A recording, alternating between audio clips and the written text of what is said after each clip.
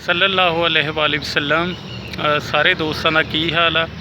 कोई दो शेर सहाबा दी अकीदत च लिखे आ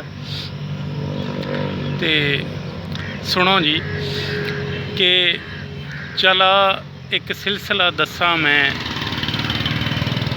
चला एक सिलसिला दसा मैं, ये सिलसिला कुछ वफादारां दा जिन्हां मुढ़ तो रिश्ता जोड़िया सी नबी पाक दे नाल प्यारां दा, ते अर्श फरश ते चर्चा है अखलाक उन्हां शाहकारां दा, अबू बकर तो मौला अली ताईं मैं गुलाम नबी दे यारां दा।